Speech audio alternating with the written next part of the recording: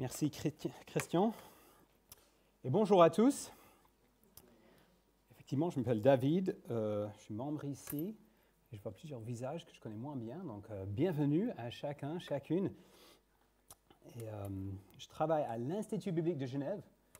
Et merci pour vos prières. Ce week-end prochain, on a notre week-end de formation pour les responsables de groupes de jeunes. Voilà, le week-end leader jeunesse ou Welge. Et vous pouvez prier pour ça. Cette formation va avoir lieu à Genève, à Nantes et à Toulouse, dans le but de former et de fortifier tous les responsables des groupes de jeunes. Donc voilà. Alors, je vous invite à trouver dans vos Bibles 1 Corinthiens, chapitre 15, verset 50. Et lorsque vous trouvez ce passage, 1 Corinthiens 15, à partir du verset 50, je veux aussi dire notre reconnaissance. Je suis marié avec Caroline. On a eu notre fils Lucas il y a 2 mois précis. Et du coup, merci pour vos mots, vos cadeaux, vos prières. On arrive à constater, c'est extraordinaire comme un petit enfant peut être tellement chou et peut faire tellement de bruit. Et peut empêcher le sommeil à tel point. Mais bon, Dieu est bon. Et merci pour votre soutien. Alors, 1 Corinthiens 15, je vais commencer en lisant ce texte. Ce que je veux dire, frères et sœurs, c'est que notre nature actuelle ne peut pas hériter du royaume de Dieu. Et ce qui est corruptible n'hérite pas non plus l'incorruptibilité. Voici, je vous dis un mystère. Nous ne mourrons pas tous, mais tous nous serons transformés. En un instant, en un clin d'œil, au son de la dernière trompette, la trompette sonnera, alors les morts ressusciteront incorruptibles et nous serons transformés. Il faut en effet que ce corps corruptible revête l'incorruptibilité et que ce corps mortel revête l'immortalité. Lorsque ce corps corruptible aura revêtu l'incorruptibilité et que ce corps mortel aura revêtu l'immortalité, alors s'accomplira cette parole de l'Écriture. La mort a été engloutie dans la victoire. Mort, où est ton aiguillon? Enfer, où est ta victoire? L'aiguillon de la mort, c'est le péché. Et ce qui donne sa puissance au péché, c'est la loi. Mais que Dieu soit remercié. Lui qui nous donne dans la victoire par notre Seigneur Jésus-Christ. Ainsi, mes frères et sœurs bien-aimés, soyez fermes, inébranlables. Travaillez de mieux en mieux à l'œuvre du Seigneur, sachant que votre travail n'est pas sans résultat dans le Seigneur. Alors, on est dans une série sur la mécanique du salut. Comme vous savez, peut-être au cœur de la foi chrétienne est cette réalité que Dieu sauve. Ce sauvetage est l'action la plus importante que Dieu a réalisée dans l'histoire de l'humanité. C'est la chose la plus importante qu'il a fait ou qu'il peut faire dans votre vie, dans ma vie. C'est au cœur de la grande histoire de la Bible. Et ce qui est extraordinaire, Dieu nous explique comment ça marche.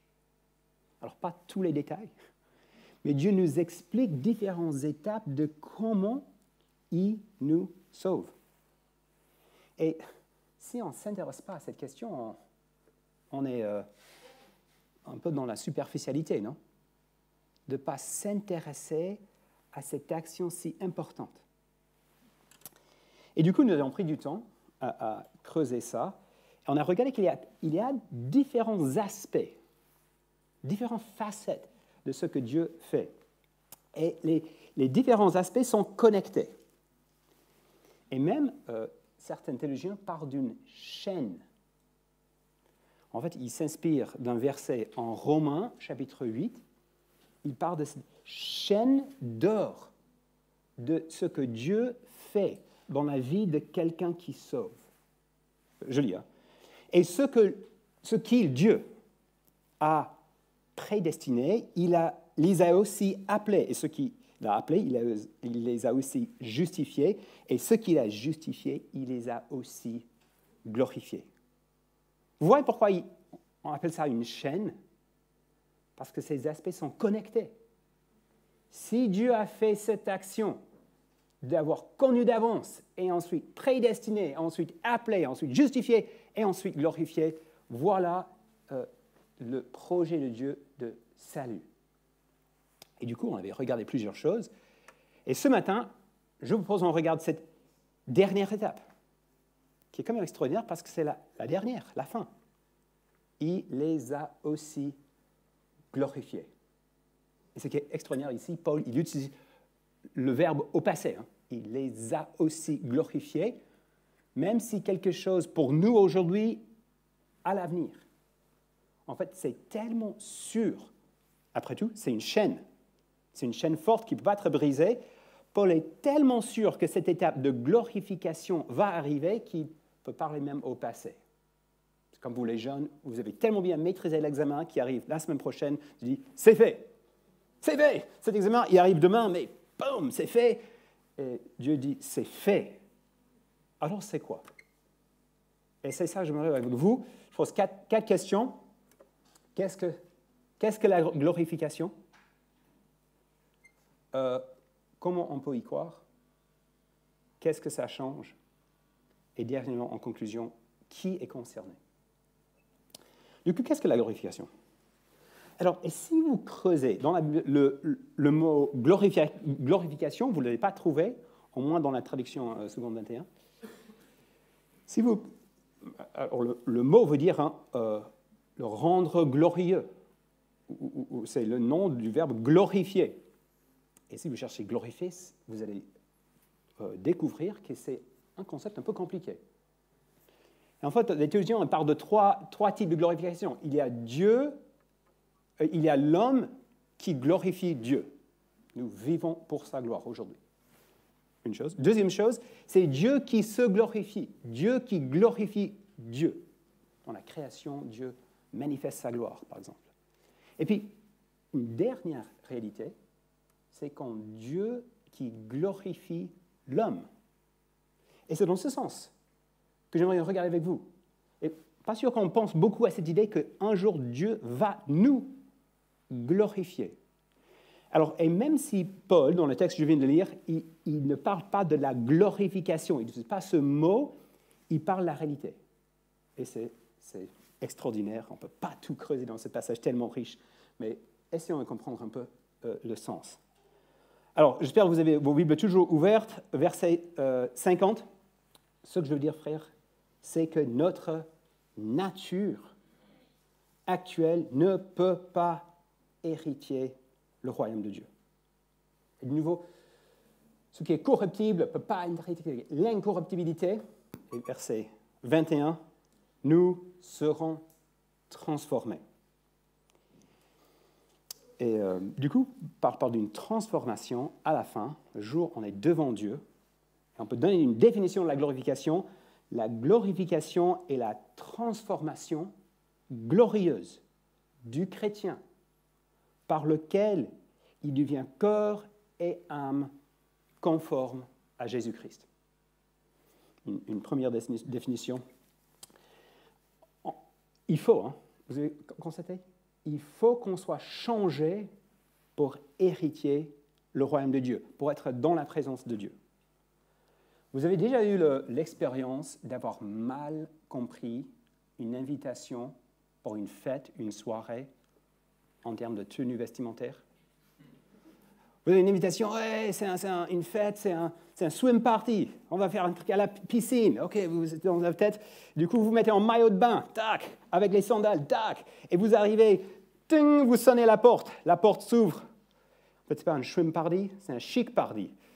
Tout le monde en chicky-mickey, en hyper classe, costume, cravate, robe de soirée, et vous êtes là en tongs et maillot de bain. Oh, gros malaise, hein. Et Ou je me souviens quand j'étais enfant, on avait fait une sortie chez les pompiers. Vous avez déjà fait ça? Une visite chez les pompiers. Et le pompier, il nous a montré sa veste de protection. Ah, je me suis dit, on ne pouvait même pas le soulever. Hein. La veste est tellement lourde, il nous a essayé, c'était trop lourd. Et lui, paf, il nous a expliqué, s'il arrive un incendie pendant la nuit, il fallait une espèce de glorification. Il fallait qu'il se transforme de pyjama en veste de protection très vite pour confronter un feu. Pourquoi? Parce que la nature humaine, si on essaie de rentrer dans un bâtiment, c'est bien plus grave juste d'être mal habillé pour une fête. C'est mortel, hein? Parce que devant les flammes, devant la chaleur, la veste de protection est essentielle. Et vous savez quoi? De rencontrer le Dieu vivant, notre nature propre est incapable. Nous avons besoin d'une transformation radicale pour entrer dans la célébration, la fête que Dieu a préparée pour nous. Et alors, il s'agit de quoi? Est-ce que c'est une veste de protection? C'est quoi? Qu'est-ce que Paul dit? Il faut que ce corps corruptible revête l'incorruptibilité. Et ce corps mortel revête l'immortalité. Alors, ça, c'est quelque chose. Hein? Et vous pouvez aller dans la boutique la plus chère à Genève. Je suis invité à une fête, il faut que j'ai un habit assez spécial. Et la dame va dire, OK, très bien. Oui. Alors, il s'agit de quoi? On va voir. Si vous avez l'argent, on est à votre service. Et vous dites l'incorruptibilité et l'immortalité. Et là, elle va dire, monsieur, madame, c'est pas possible.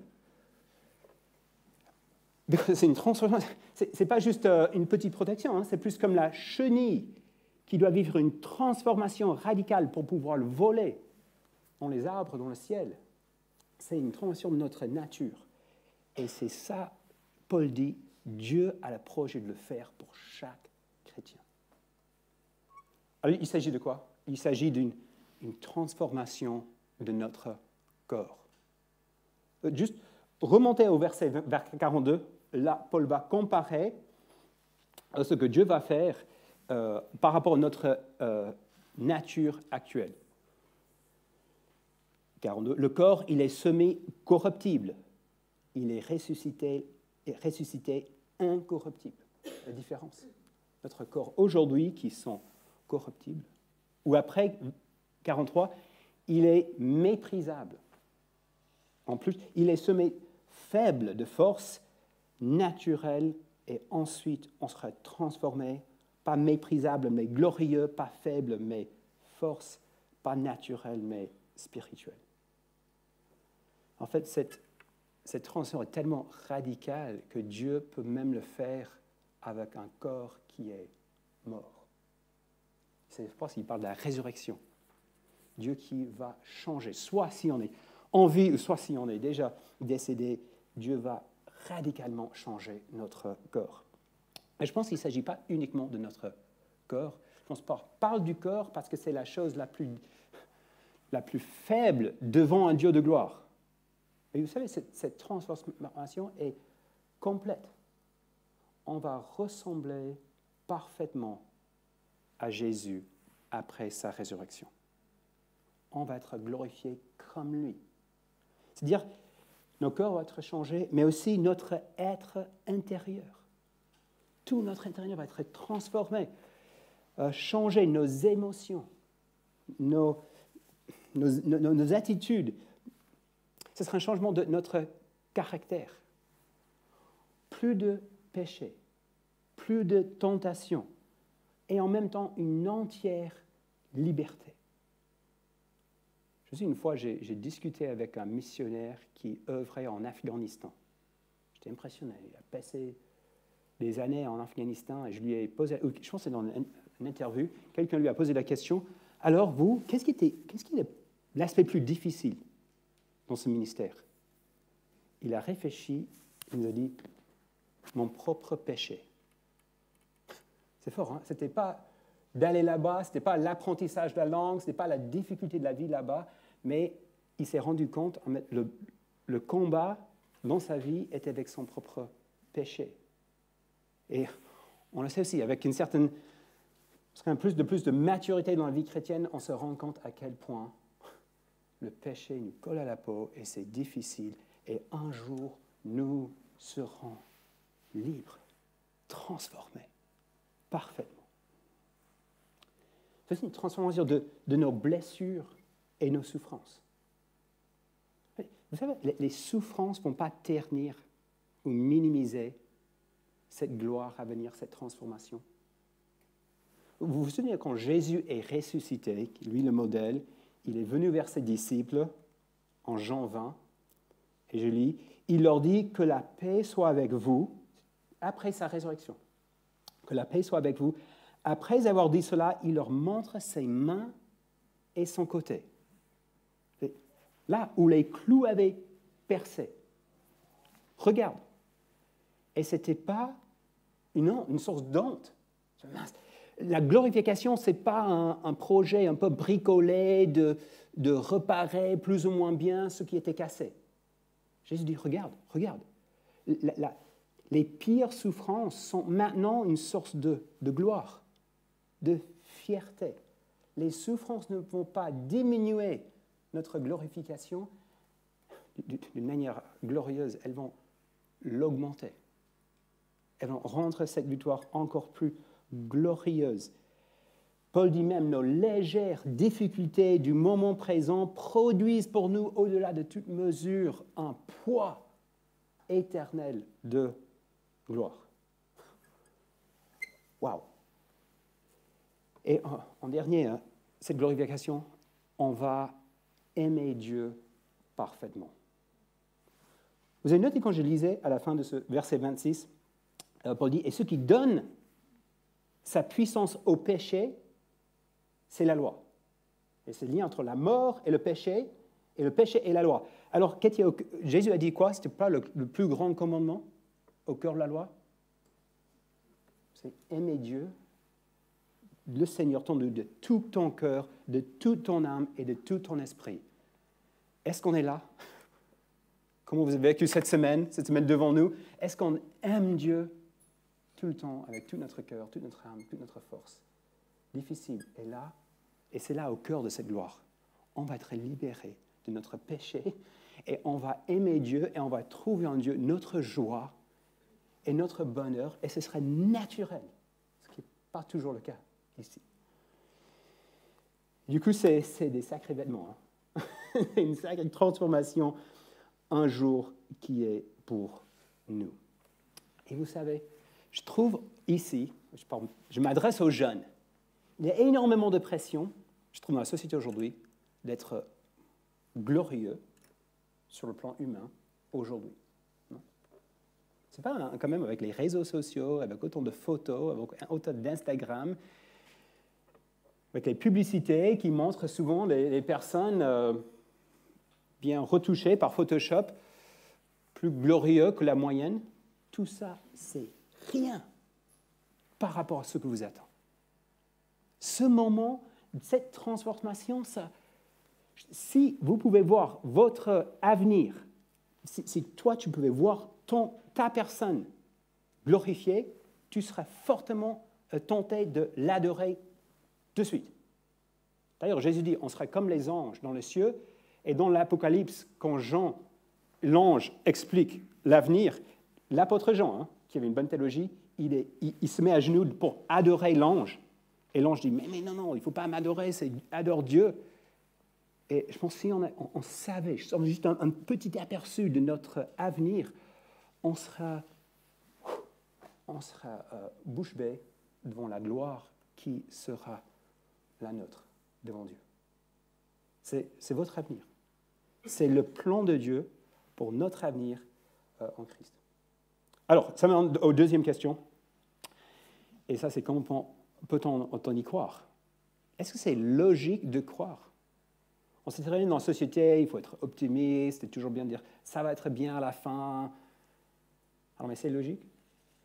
Et écoutez bien, je trouve intéressant, parce que souvent dans la société aujourd'hui, il suffit juste de mourir pour que les gens disent « ah, ça va mieux pour lui, il est dans un endroit meilleur maintenant ». Mais ce n'est pas très logique. Hein? Alors, avec tout le respect envers nos aînés, est-ce qu'au fil du temps, est-ce que le corps devient de plus en plus glorieux ou pas? Bon, je ne vais pas répondre à votre question, parce que... mais est-ce que c'est logique de dire oui, mon destin est cette glorification? Et en fait, c'est intéressant. À l'époque du Nouveau Testament, personne ne croyait dans ça, ou c'était très peu. Hein? Un peu la vision générale, c'était après la mort, c'est plus ou moins le néant définitif. Par exemple, on retrouve sur les tombeaux cette inscription NFFNSNC. Alors, c'est une abréviation de non fui, non sum, non curo. Je n'étais pas, je fus, je ne suis plus, je m'en moque. Ça, c'est la vie. Et ça, c'est la vie à l'époque. Ce n'était pas du tout intégré dans la pensée qu'à la fin, on va vivre quelque chose de glorieux. Pas du tout. Et aujourd'hui, si on est logique, on est scientifique, on croit qu'il n'y a pas de Dieu, ce n'est pas du tout logique de penser qu'après la mort, il y a quelque chose de glorieux. Vous avez lu ce livre de Sapiens, de l'historien israélien, c'était vraiment un best-seller ces dernières années. Lui, il dit, d'un point de vue scientifique, pour autant qu'on le puisse le dire, la vie humaine n'a absolument aucun sens. Les hommes sont le résultat du processus évolutif aveugle qui n'ont ni fin ni but. Bien sûr, pas du tout chrétien. Et ça, c'est pas logique. Alors, comment ça s'est fait que des milliers de chrétiens, dans le 1er siècle, à l'époque de Jésus, a eu cette conviction, et une conviction forte? Ils étaient prêts à confronter la mort parce qu'ils étaient sûrs et certains que devant moi est la glorification. Là, il y a 2 piliers, et ils sont dans ce chapitre. Hein, ce n'est pas exactement dans les versets qu'on vient de lire. 2 piliers qui rendent cette conviction logique.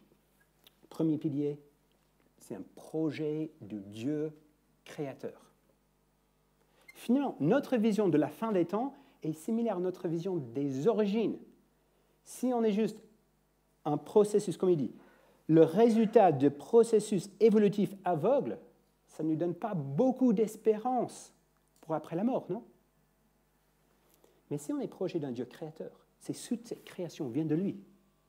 Alors on peut dire, et lui-même, il dit, j'ai quelque chose de meilleur. Par exemple, vous baladez en forêt et vous tombez sur une cabane, mais vraiment chou et chouette. Et vous avez, et quelqu'un vient et dit, cette cabane est le processus, qu'est-ce que je dis? Le résultat de processus évolutifs aveugles qui n'ont ni fin ni but. Cette cabane est arrivée par pur hasard, c'est très extraordinaire, c'est comme ça, voilà. OK. Alors, et si une autre personne vient dire, en fait, cette cabane, c'était mon projet, c'est moi qui l'ai faite, j'aime beaucoup ça, et en fait, c'est juste un essai, en fait. Je suis en train de construire un chalet 10 fois plus grand, 10 fois plus extraordinaire, juste un peu plus loin. Vous voulez voir le chalet? Parce que ça, c'est juste un peu l'essai. Alors, si vous rencontrez la personne qui l'a fait, ça vous donne une certaine confiance de dire, oui, je peux attendre quelque chose de plus complexe. Vous voyez? Et si Dieu a tout créé, et c'est lui qui est derrière, c'est logique de l'accepter et de croire que oui. Si lui-même il dit, ça c'est juste un premier essai, attends, je suis en train de refaire cette création, et pour mon peuple, je vais les glorifier, on peut le croire. C'est un projet du Dieu créateur. Et deuxième pilier, c'est Dieu a déjà lancé le projet dans la résurrection de Jésus-Christ. Le projet est déjà en cours. En fait, je change pas l'image, mais cette cabane est là, ce n'est pas simplement la création, mais en Christ, le chalet. Il y a un premier modèle qui est là. Dans la résurrection de Jésus, Dieu a inauguré la glorification. Il a déjà glorifié quelqu'un, son Fils Jésus. Et ça, c'est toute une logique dans ce passage. Jésus est le prototype. C'est des prémices, le prémisse pour nous. C'est lui qui a percé la voie afin que nous le suivions. Et si Jésus était ressuscité, et si nous sommes connectés à Jésus, nous pouvons être sûrs de notre glorification. Et, il nous a précédés. Si vous voyez ça en verset 20, plutôt dans ce passage. Donc, pour nous, ce n'est pas un vague espoir. Ce n'est pas « Ah, David, c'est bien gentil, vous à l'église, on va essayer d'être positif, un jour ça irait mieux. » Ce n'est pas ça. Hein. La glorification est sûre. C'est un maillot de cette chaîne de salut. Si aujourd'hui vous êtes justifiés, un jour vous serez glorifiés. Alors, qu'est-ce que ça change? Qu'est-ce que ça change de savoir qu'un jour on sera glorifié?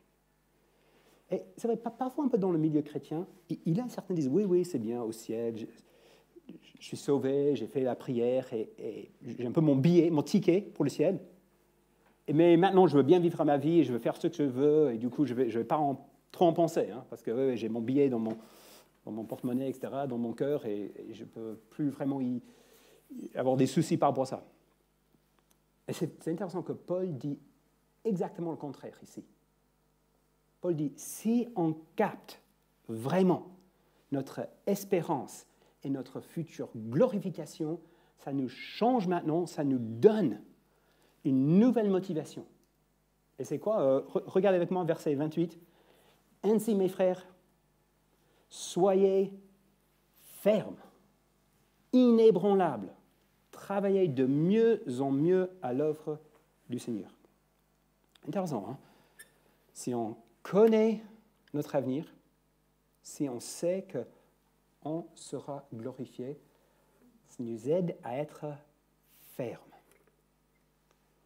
Vous connaissez l'expression qui vient d'anglais, YOLO? YOLO. You only live once. Tu vis qu'une seule fois. C'est une expression qui dit il faut profiter de la vie, YOLO. On vit qu'une seule fois, il ne faut rien rater, YOLO. Et en fait, YOLO, ça met une certaine pression. Hein. C'est vrai, hein. Une seule vie, et à la fin, terminé. Donc, il faut maximiser. Et si votre vie n'est pas aussi bien qu'elle pourrait l'être, vous êtes en train de rater, YOLO. YOLO. Et qu'est-ce que Paul dit ici? Alors, je pose une nouvelle expression. YALT. Je m'inspire du show de l'anglais. You actually live twice. En fait, vous vivez deux fois. Alors, il faut bien être précis, hein, parce que cette vie, c'est vrai, on a une fois et après l'éternité. Donc, ce n'est pas la même vie, mais on vit deux fois, et la deuxième fois, à tout jamais. Et il y a toujours des places pour des nouvelles expériences. Si vous ratez quelque chose ici, ne vous inquiétez pas, YALT. Et c'est fort, hein? Si Dieu vous appelle dans un ministère difficile, mince, et tu vois d'autres qui ont un ministère intéressant, une vie beaucoup plus intéressante, tu peux dire YALT. C'est pas tout ici. Si vous êtes dans un mariage qui n'est pas le mariage de ouf, si c'est YOLO, il faut que ça change. Il faut trouver une autre femme, il faut trouver un autre gars, parce que vous n'êtes pas heureux, épanoui, donc il faut changer. Mais YALT, vous pouvez persévérer. YALT.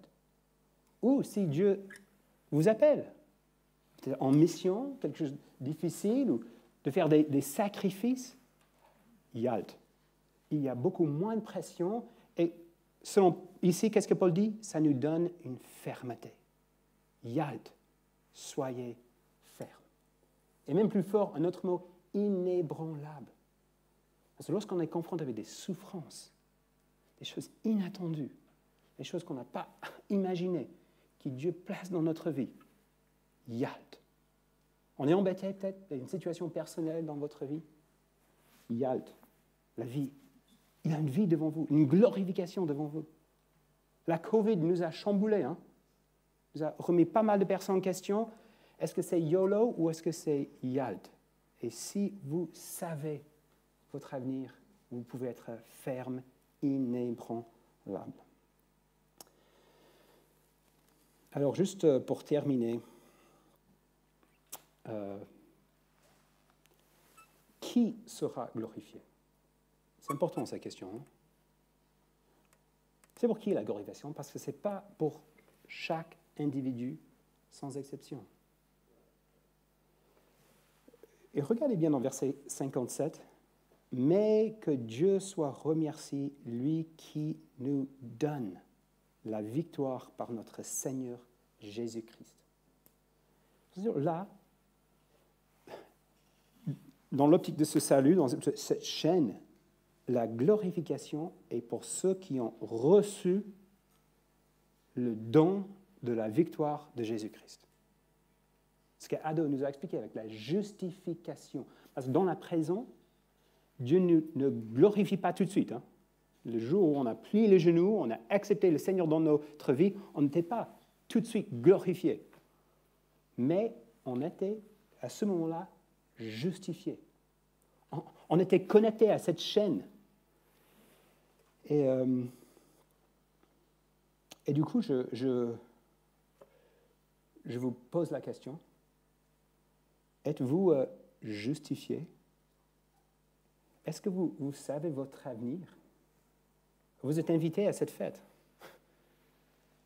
Mais le jour qui arrive, le jour que vous serez devant Dieu, est-ce que c'est vrai pour vous que vous serez revêtus de l'immortalité, l'incorruptibilité?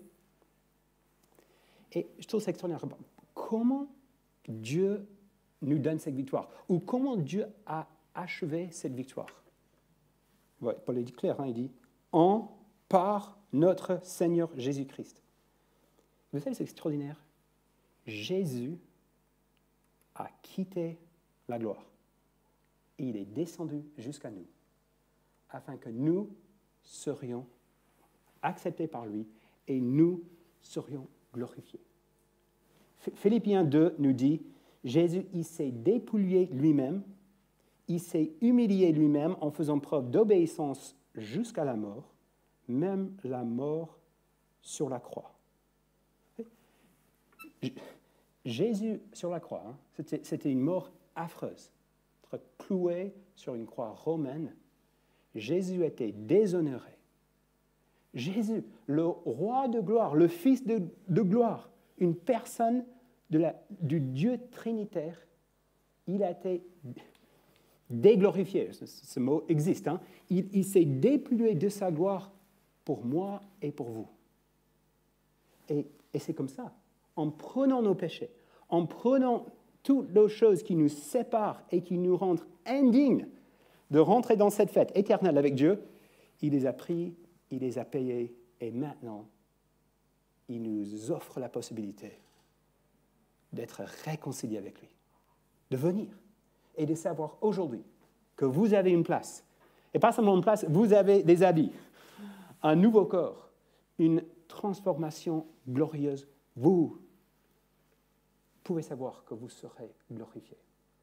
Et du coup, je dois poser la question, est-ce que c'est le cas avec vous? Est-ce que vous êtes réconciliés avec Dieu? Est-ce que vous avez accepté ce don? Jésus a pris notre place. Il offre sa justice et une entrée dans la présence de Dieu. Et vous pouvez répondre en l'acceptant. Dire oui, je suis indigne, Seigneur, d'être dans ta présence. C'est quand même fort de rentrer dans la présence, d'être revêtu d'immortalité. Aucune boutique à Genève peut vous vendre ça, même vous, aucune bonne œuvre. Oh, c'est impossible. Mais en Christ, Dieu nous offre. Donc, si vous n'avez pas accepté, vous pouvez. Je vous invite à peut-être prier avec moi, ou sinon, l'appel est très clair dans ce texte, dans cette... travailler de mieux en mieux. 2021-2022, bon objectif pour nous. Travaillons de mieux en mieux à l'œuvre du Seigneur parce qu'on sait que ce travail n'est pas en vain, n'est pas sans résultat. Et on sait que nous avons une glorification qui nous attend. Prions.